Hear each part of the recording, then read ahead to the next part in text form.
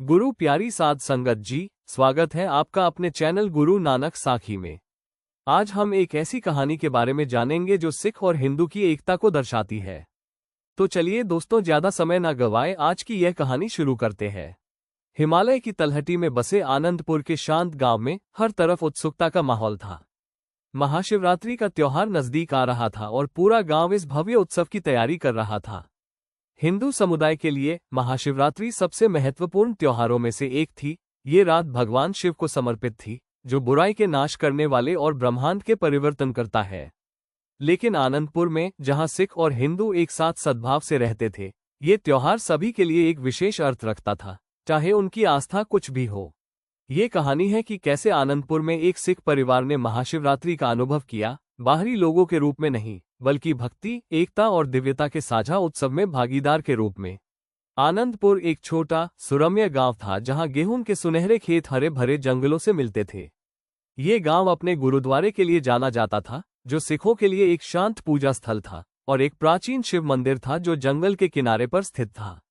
दोनों समुदाय पीढ़ियों से एक साथ रहते आए थे, एक दूसरे के सुख दुख, त्योहार और परंपराएं साझा करते थे।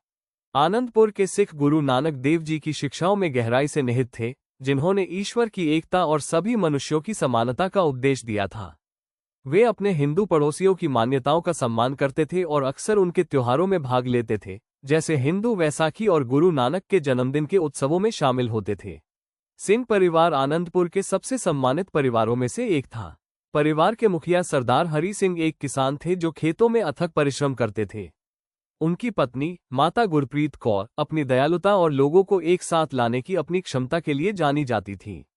उनके दो बच्चे थे, 16 साल की एक उत्साही छोटी लड़की जसप्रीत और 12 साल का एक जिज्ञासु लड़का मनप्रीत। सिंह धर्मनिष्ठ सिख थे जो हर सुबह और शाम गुरुद्वारा जाते थे।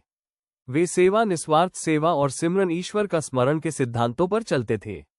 लेकिन उन्हें अपने हिंदू पड़ोसियों की परंपराओं का भी गहरा सम्मान था। हर साल महाशिवरात्रि के दौरान सिंह परिवार शिव मंदिर में उत्सव में शामिल होता था, अपनी प्रार्थना करता था और अनुष्ठानों में भाग लेता था। इस साल महाशिवरात्रि एक ठंडी रात में पड़ी। गांव रंग बिरंगी रोशनी से सजा हुआ था और हवा घंटियों और भक्ति गीतों की आवाज से भरी हुई थी। शिव मंदिर को फूलों और दियों से खूबसूरती से सजाया गया था और भगवान शिव की मूर्ति को परंपरा के अनुसार दूध और शहद से स्नान कराया गया था। सिंह परिवार में महाशिवरात्रि की तैयारियां कई दिन पहले से ही शुरू हो गई थीं। माता गुरप्रीत कौर ने मिठाई और फलों का प्रसाद तैयार किया था, जबकि जसप्रीत और मनप्रीत ने घर की सफाई और दियो तेल के दियों से सजाने में मदद की थी। सरदार हरि सिंह ने अपने हिंदू पड़ोसियों को सामूहिक भोजन के लिए आमंत्रित किया था, जैसा कि त्योहारों के दौरान रिवाज था। जब परिवार गुरुद्वारे में शाम की प्रार्थना के लिए इकट्ठा हुआ, तो सरदार हरि सिंह ने अपने बच्चों को महाशिवरात्रि के महत्व के बारे में बताया।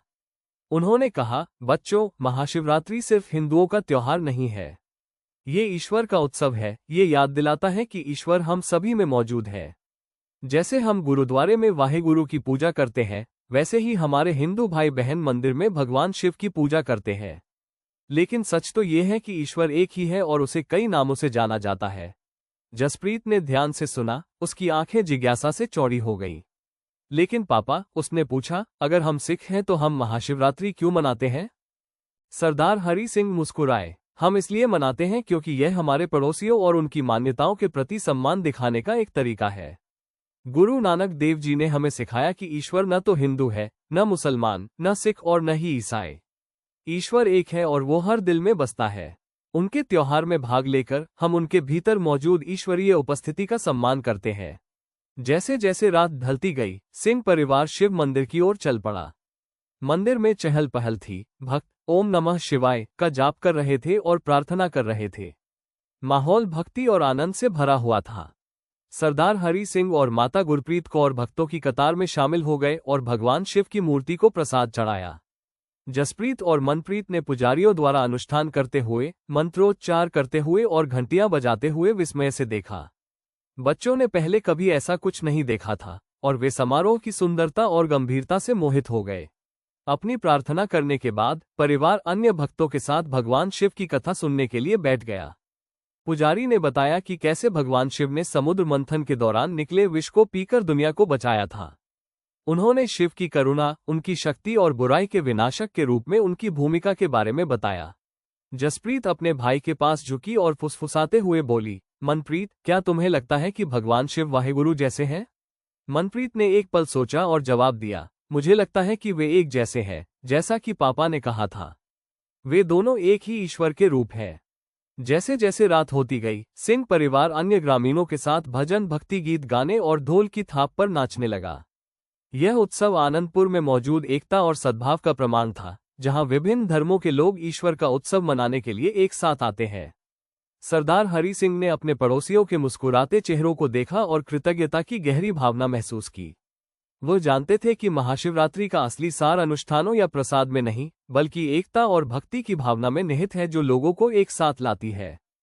जैसे ही सूरज की पहली किरणें क्षितिज को छूती हैं, उत्सव समाप्त हो जाता है। ग्रामीण अपने घरों को लौट जाते हैं, उनके दिल खुशी से भर जाते हैं और रात के उत्सव से उनका मन उत्साहित हो जाता है। सिंह परिवार में पूरा परिवार सुबह की प्रार्थना के लिए इकट्ठा हुआ। जब उन्होंने गुरु ग्रंथ साहिब के सामने सिर झुकाया, तो सरदार हरि सिंह ने एकता और शांति के आशीर्वाद के लिए वाहेगुरु को धन्यवाद दिया। उन्होंने सभी मानवता की भलाई के लिए प्रार्थना की, चाहे उनकी आस्था या पृष्ठभूमि कुछ भी हो।